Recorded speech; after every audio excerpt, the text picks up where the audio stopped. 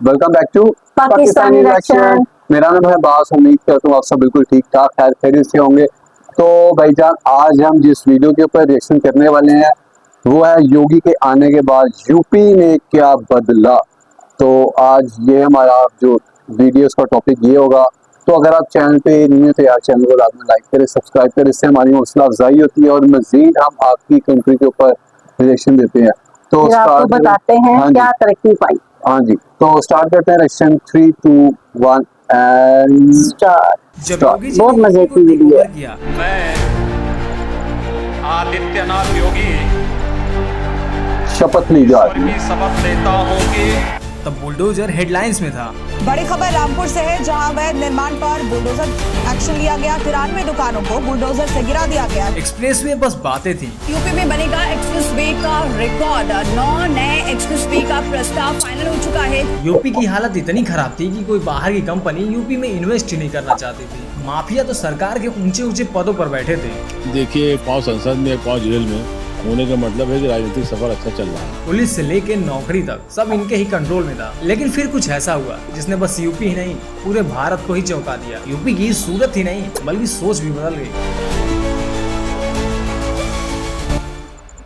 कुछ साल पहले तक यूपी को लेकर नेशनल परसेप्शन एकदम क्लियर था। Politics heavy, lawless and low on progress. यहाँ पर डेवलपमेंट शब्द भी मजाक में लिया जाता था क्योंकि ग्राउंड पर कुछ दिखता ही नहीं था। डेवलपमेंट के नाम पर बस पेपर वर्क ही होते थे। यही वजह थी कि जब योगी आदित्यनाथ ने सीएम की कुर्सी संभाली तो सवाल सिर्फ ये नहीं था कि वो क्या करेंगे, बल्कि सवाल ये था कि क्या वो कुछ कर पाएंगे। क्योंकि गवर्नेंस एक चुनाव जीतने से नहीं, ग्राउंड बदलने से साबित होती है, और यूपी जैसे जटिल स्टेट में तो और भी ज्यादा। इसीलिए जब सबसे पहला बदलाव इंफ्रास्ट्रक्चर में दिखा तो बहुत सारे लोगों को लगा कि शायद पहली बार किसी ने सही जगह से शुरुआत की है। हाईवेज और एक्सप्रेसवेज को लेकर जो पेस दिखा वो अचानक से नहीं आया। ये pre cleared land, banks, political wheel और अनइंटरप्टेड एग्जीक्यूशन का नतीजा था। और यह वही मोमेंट था जब लोगों ने सोचना शुरू किया कि यूपी सच में मूव कर रही है। Purvanchal expressway, Ganga expressway, Bundelkhand expressway, ये सिर्फ कंक्रीट के रास्ते नहीं, नैरेटिव के रास्ते थे। और लॉन्च के साथ यूपी के अलग अलग नेशनल लॉजिस्टिक मैप से कनेक्ट होते गए। जहां पहले एक जिले से दूसरे जिले की ट्रेवल टाइमिंग ही 6 घंटे लगती थी, अब वही सफर एक्सप्रेस रूट से 2-3 घंटे में समाप्त हो जाती है।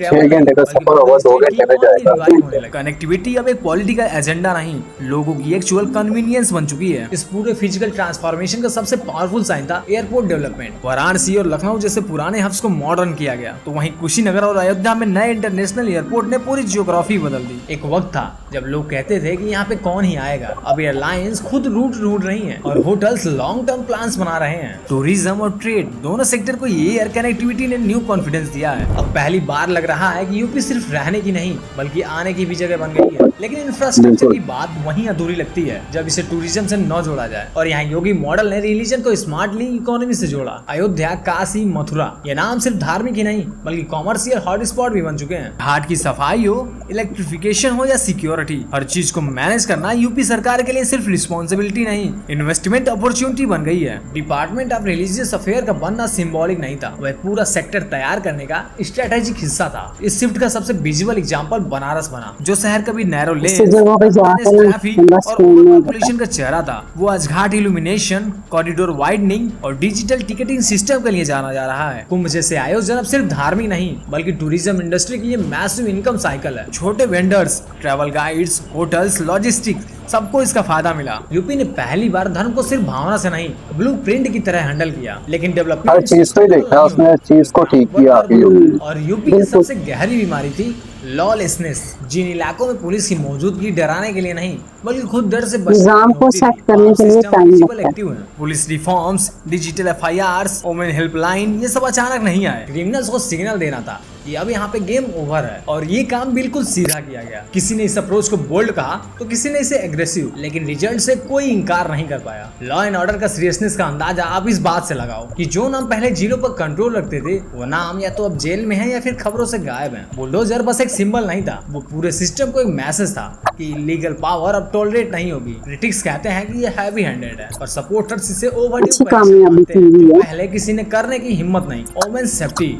वो एरिया जो यूपी की सबसे वीकेस्ट साइड रही है। ईव टीचिंग से लेकर रेप तक नंबर भयानक थे और ट्रस्ट ऑलमोस्ट जीरो था। पर पिछले कुछ सालों में जो शिफ्ट आया है वो ग्राउंड बिहेवियर में दिखता है। महिलाएं अब पब्लिक ट्रांसपोर्ट में कॉन्फिडेंस दिखती हैं। हॉस्टल्स, ऑफिसेस और कॉलेजेस में प्रेजेंस स्टडी बढ़ी है, पुलिस रिस्पांस फास्ट है और हेल्पलाइन रियल टाइम पर काम करती है। यूपी अब धीरे धीरे ऐसा राज्य बन रहा है जहां डर की जगह कॉन्फिडेंस ले रहा है। लेकिन अगर हेल्थ सिस्टम बदला नहीं होता तो कोई भी डेवलपमेंट हॉलो होता। यूपी में पीएचसी बंद पड़े होते थे और डिस्ट्रिक्ट हॉस्पिटल में बेसिक एक्सरे तक अनअवेलेबल था। अब मल्टीपल न्यू मेडिकल कॉलेज बन चुके हैं और डायग्नोस्टिक लैब्स एक्टिव हैं। एम्बुलेंस गूगल मैप से ट्रैक होती हैं और रेफरल्स एक्चुअल ट्रीटमेंट्स में बदल चुकी हैं। कोविड ने इस सिस्टम की परीक्षा ली, लेकिन सरप्राइजिंगली ये टूटने की बजाय इवॉल्व हो गया। हेल्थ में इंप्रूवमेंट का असर सिर्फ शहरों में नहीं, रूरल यूपी में भी विजिबल देखा गया है, जहां पहले गांव की हेल्थ फैसिलिटी सिर्फ नाम की। सो जी गाइस, ये था रिएक्शन की योगी के आने के बाद क्या क्या रेवोल्यूशन है। बहुत ज्यादा रेवोल्यूशन आई है। जहाँ पे एयरपोर्ट, जहाँ पे यूपी में एयरपोर्ट को कोई पूछता नहीं था, वहाँ पे एयरपोर्ट को उन्होंने ठीक किया। उनके इर्द गिर्द होटल्स बने, ठीक है,